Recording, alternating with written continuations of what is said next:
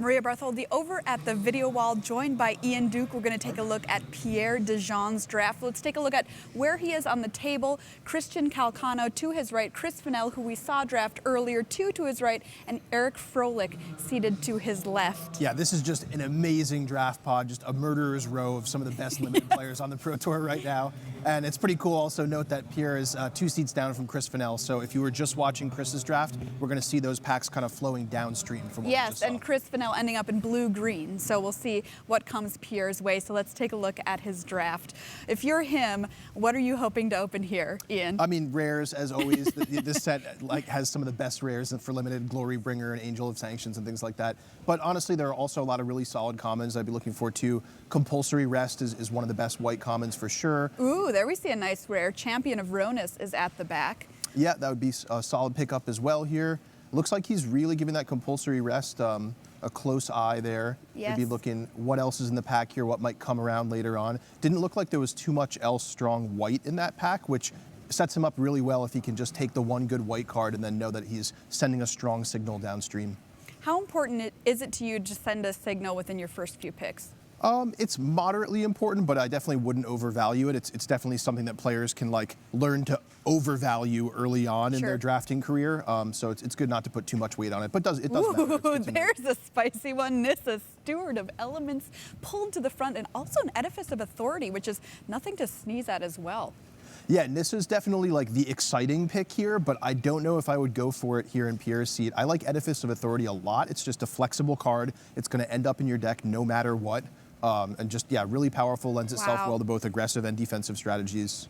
And that's the pick. That's discipline for you. This is Pro Tour level drafting here. We're not just going to slam the Planeswalker. Yeah, maybe if I was at F&M, I'd take the Nissa and, do something more experimental. But, yeah, I like the Edifice there. It's just rock solid. All right, taking a look here at the third pack, we've got some just, run-of-the-mill commons. Mighty Leap is the white card that I see here. True Heart Twins is a pretty good card if you're looking to go aggressive in a red strategy. He's pulled a Blighted Bat to the front and is kind of flipping it between that and the True Heart Twins. How do you like this card, Ian? I like the True Heart Twins a decent amount. This is kind of a weak pack overall. Nothing jumps out to me. True Heart Twins is great if you're a Boros aggressive deck, but you actually want to be prioritizing low drops in that deck. So even though it's a powerful kind of curve topper for your deck, it's maybe not something you're too thrilled to pick this early. And we might see Pierre kind of, just kind of evaluating the signals here and reconsidering, is white truly open? Do I want to be an aggressive deck? And we'll look forward to see how that plays out. Devoted Cropmate is what he has pulled to the front there. You can see peeking out behind it a Decimator Beetle if he wanted to go off in another direction entirely. We do see some good black here with a Soul Stinger in the pack as well. What are you inclined towards? I mean, the Devoted Cropmate, again, is a decent card. You'll be happy to add it to a Boros aggressive deck, but we're actually seeing the card quality fall off faster than you might think in the red-white combination. So it's definitely possible if I were in Pierre's seat that I'd be considering that the person on my right might be in one or both of those colors. And kind of wanting to stay flexible from there. Well, he did take the Cropmate in the end. Here for white, we've got an Impeccable Timing, Sacred Cat, an Evolving Wilds he's pulled to the front. Protection of the Heckma, not something you're really interested in. Well, it looks like he might be considering just staying on message here. Yeah, Impeccable Timing is a nice, solid card. It's actually a little bit weaker than you might think in this format because a lot of the white decks want to be aggressive, and it's definitely a big cost to let your opponent block before you kill their creature. Looks like he does go with the Evolving Wilds there, and that might be kind of related to what I was saying earlier, that he's maybe looking to stay a little bit more open because he's definitely not getting those premium aggressive cards in these first couple picks here. Well, some red in this pack, another Impeccable Timing there. I think I saw another Sacred Cat. There's an Ornery Kudu, Decimator Beetle, Warfire Javelineer still in the pack, which we know did some work yesterday for Montelusa. Yeah, that is very interesting to see, actually. I would definitely be taking note of that Warfire Javelineer if I were Pierre. He may just think that based on the previous packs that red really isn't open. He doesn't want to be moving in. That Warfire Javelineer is not a strong enough signal. But yeah, Evolving Wilds keeps him open. Remember, he has that Edifice of Authority, so he does have a lot of flexibility to pivot at this point in the draft. Hieroglyphic Illumination he has pulled to the front, as well as a Quarry Hauler. I'm not sure which direction he's going here, Ian. But with 2 Evolving Wilds, perhaps that's any direction. Yeah, I'm actually surprised he's considering the Hieroglyphic Illumination there. He doesn't have any blue cards yet, and that's not a super powerful blue card that would make me want to move in on that. But it's definitely possible that he's just been noting throughout the packs that he's seeing some of the other colors dry up, and that he might be noting that blue is open and just kind of taking that on speculation. Here we have things like Cascading Cataracts. Stinging Shot looks to be his pick here, which is a very good card against flyers. Yeah, I love picking up a Stinging Shot at some point in the draft. You know, the middle, late picks. It's, I think, stronger than it looks to a lot of players at first, and just a great flexible card to have available. Wow, another Warfire Javelinier. Anointer Priest pulled to the front, so it does seem to be that he's making a commitment to white. Yeah, the white certainly makes sense, you know, based on what he's picked so far and what he's seeing. Yeah, looking to move into white-blue at this point. That's definitely interesting there, but then I say that, and here comes along this pack with all red and green cards here. Still nothing excellent, though, so it's not like he's missing out a lot based on what colors he's moved into here, but yeah, this is, I have to say, maybe a little bit of a troubling first pack here for Pierre. Yeah. You know, he's been kind of waffling back and forth between colors. Nothing seems clearly open. From what I'm seeing here in the packs. And so he's going to have some decision-making to go forward with. This is a tough seat. Picks up a Shelly there, moves a cancel to the front here. I'm sorry, Ancient Crab. And a cancel. 2 picks left. He's going to take the green card with Spider Grasp, which is a fine combat trick if you're green, especially in an Exert deck. And picks up a Hyena pack. I think that was there at the end. So let's take a look at what he's got from his first pack. Ian, how are you feeling if you're in his seat? Honestly, not great. I mean, he's got some solid white cards. He's got the Edifice of Authority. You know, that all looks fine, but he's actually, I think, kind of struggling to find what's open here. And the Evolving Wilds, you know, will help him stay open and see what happens in pack 2, but you know, he doesn't really have that solid foundation of a deck that you're looking to come out of pack 1 with.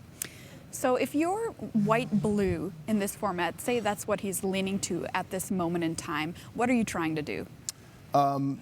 You can play the deck a couple different ways, actually. You can play as more of a tempo deck where you're going to go wide with early white creatures, back them up with some blue flyers and maybe some tempo-y kind of stuff, and then use your Embalm to keep up pressure on your opponent. The other way to go is to actually slow things down a little bit more, you know, try to gum up the ground and trade off your creatures and play a little bit of a longer attrition game, use Embalm to kind of refuel from there and then win the game with flyers. So yeah, it's kind of a decision point on whether he wants to be the more aggressive or more defensive version of blue-white. I think most players here in the tournament this weekend, when they are blue-white, they do prefer to be aggressive, you know, but there are definitely options within that archetype. And as we saw, he does have 2 Evolving Wilds, so right. A splash not totally out of the question, although if you're an aggressive deck, that's probably not what you want to be doing. Yeah, I think given where Pierre is at, it's going to hinge a lot on what he opens here in pack 2, especially in the rare slot, honestly. If he opens a powerful rare, that might totally dictate a color switch at this point.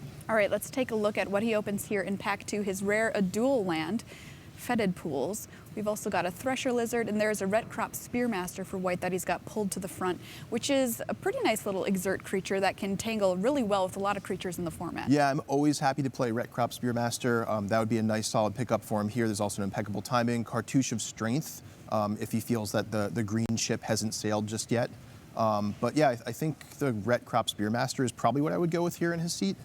Yeah, it's just really handy. When you exert it, it becomes a 4/1 first striker. Seeker of Insight also in the front. Oh, he's going to take the Impeccable Timing. Okay, that's fair enough.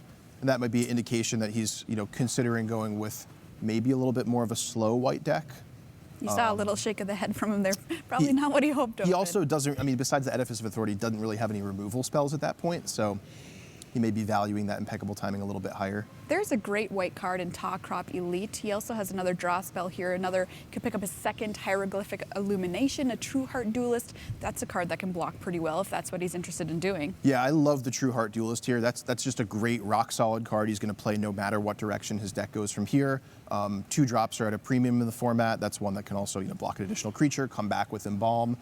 Just a really, really premium 2-drop to add to any white deck.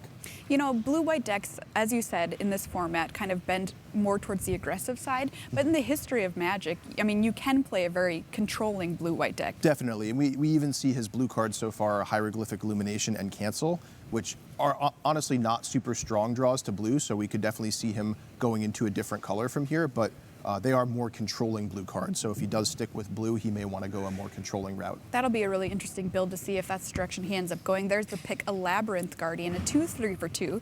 Certainly good defensive card. Yeah, similar to the True Heart Duelist. They're actually very similar cards, honestly, but another just great 2-drop to pick up, has Embalm, and the drawback is surprisingly not as relevant as you might think. on that card. I'm like, you want to use a spell on it? Go ahead. Exactly. Most things that could target it could kill it anyway, and it's just a 2-drop after all, so you're really not happy or not unhappy trading it for a card, especially given the Embalm. Yes, Embalm for 4 is a huge upside on that card. Even Mind Sensor, the rare in this pack, a Vizier of the Tumbling Sands, as well as an Aven Initiate. Okay, this is a good pack for him to see here. Definitely some quality blue cards here. I like the Vizier of the Tumbling Sands quite a bit, and Aven Initiate, one of the best blue cards. I think I would pick the Initiate here, although these cards are very close. And the reason I would go with the Initiate is his deck just doesn't really have many ways to like punch through later on in the game, and just knowing you have kind of a resilient flyer that can end the game if things stall out is really valuable for him at this point. Yeah, 3/2 flyer in this format can get the job done. All right, let's take a look what he's opened here. How many impeccable timings do you want to play? Ooh, there's an Aven Wind Guide. And a Labyrinth Guardian, so things are working out well for him here. I think Aven Wind Guide is the strongest card, given that at this point it's looking like he's going to be in both white and blue. Labyrinth Guardian would also be an awesome pickup for him here, but yeah, just great for him to be seeing these cards here. It's got to give him a lot more confidence that he's moved into the right color now that he's seeing multiple cards that he'd be happy to have in each pack. And it'll also pay off if he picks up any more Embalm creatures in the future, as they will have Flying and Vigilance. Yep, very true. If the Wind Guide is on the table. Yeah, the Wind Guide, whenever I play it or someone plays it against me, I'm like, here we go.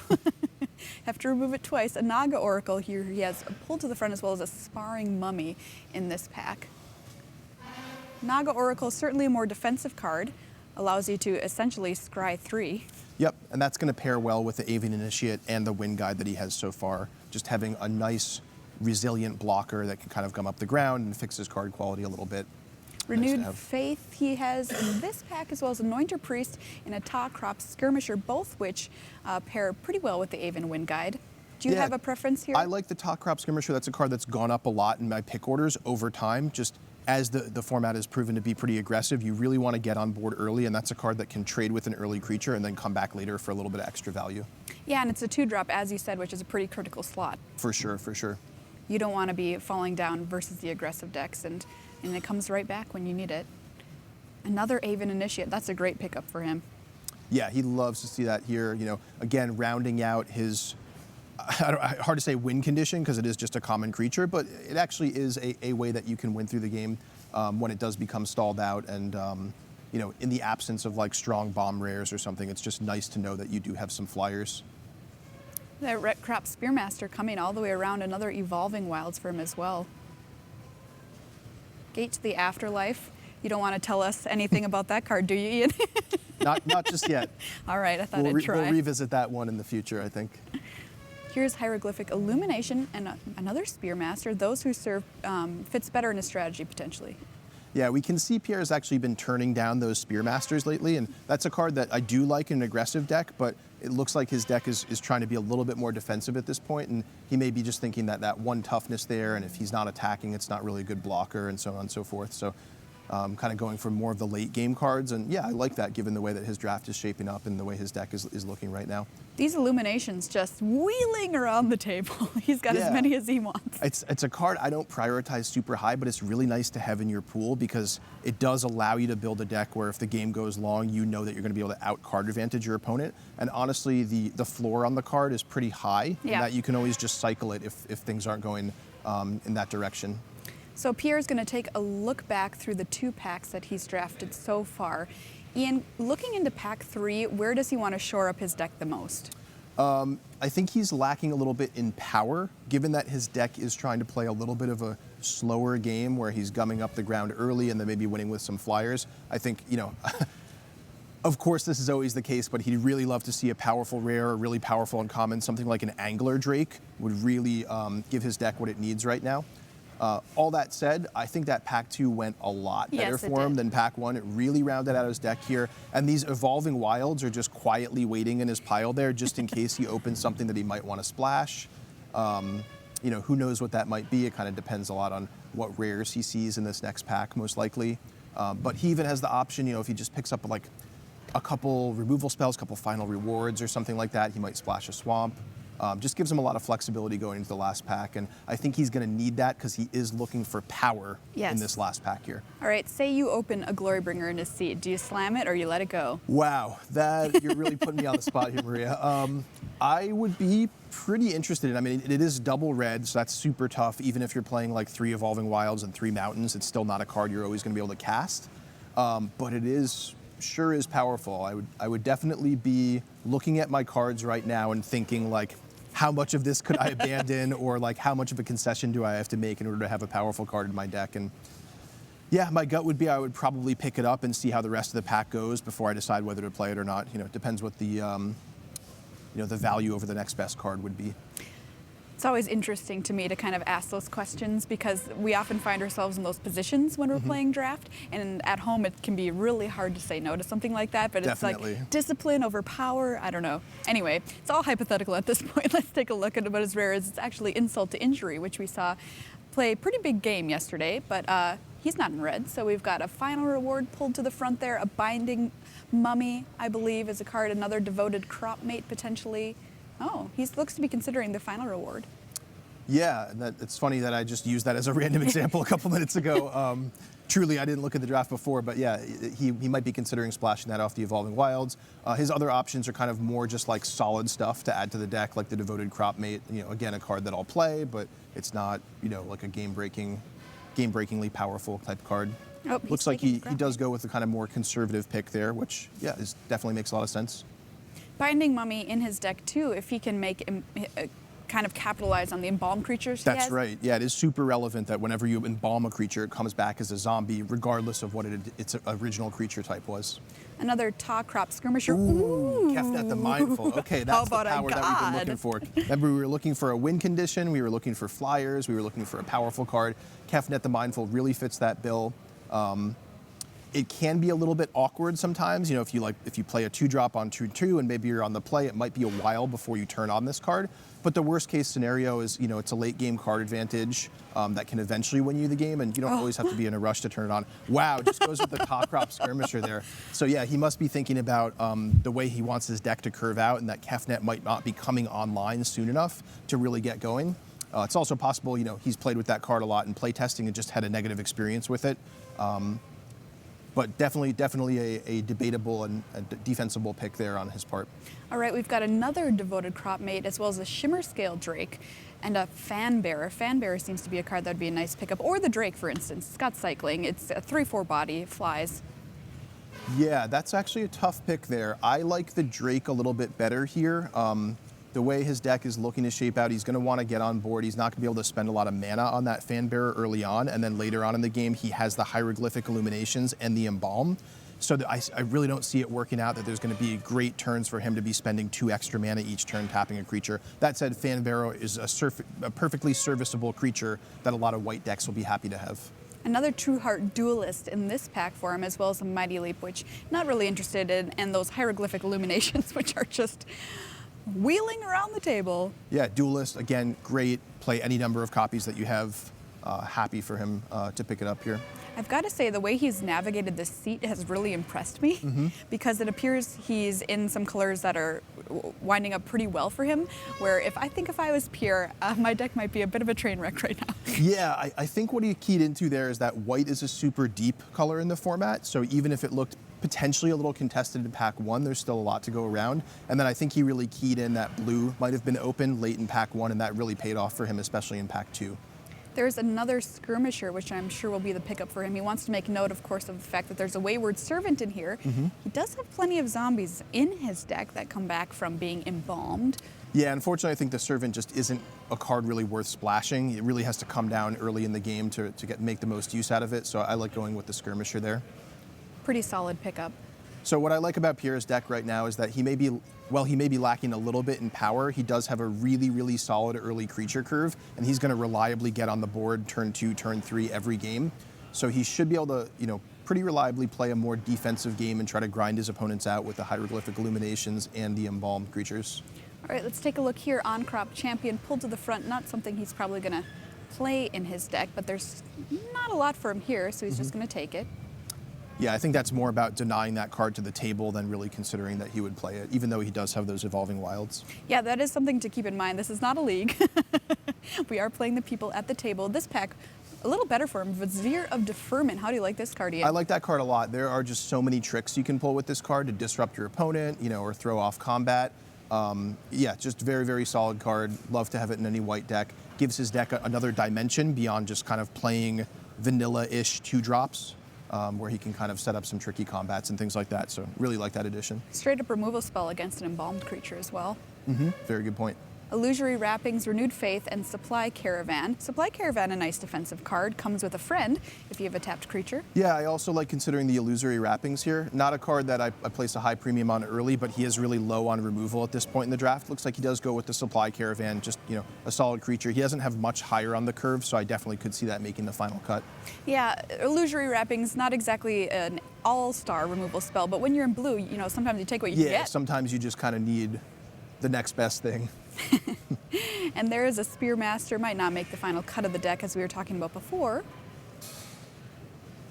Decision Paralysis left in the pack here for him, which you kind of want to play in a more tempo-based strategy, I'd assume? Yeah, not certain that'll make the cut in his deck. It is a card I like to have as an option, though. If you're playing against big green creatures or something like that, or some bomb creatures, and you just need to tap them down for a couple turns, can be useful.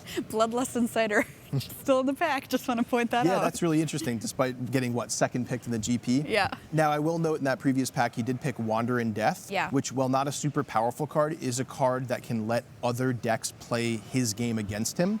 And that he has all these embalmed creatures, and there's 2-for-1s later on in the game, so he really doesn't want to enable his opponents at his table to be able to play that same game of 2-for-1ing and getting stuff back from the graveyard. There you get a look at Pierre here, probably thinking, all right, what am I going to make with this? Yeah, it's tough. I would not be thrilled in Pierre's seat right now, although I will say, he has a rock-solid deck. He's got a good curve. He's got a lot of 2-drops. He's got a lot of the things that you do want in a limited deck. If I were him, I'd just be worried about, can I close out games and can I hang out with more powerful decks later on in the game? What if I face down a Glorybringer or a God or something like that? That's really going to give me trouble going long. How would you grade his deck overall? I would say probably like a B+ range. It's solid. I wouldn't be super unhappy, but there's definitely some things his deck is lacking. Well, for Maria Bertholdi and Ian Duke, that's Pierre Dagen's draft.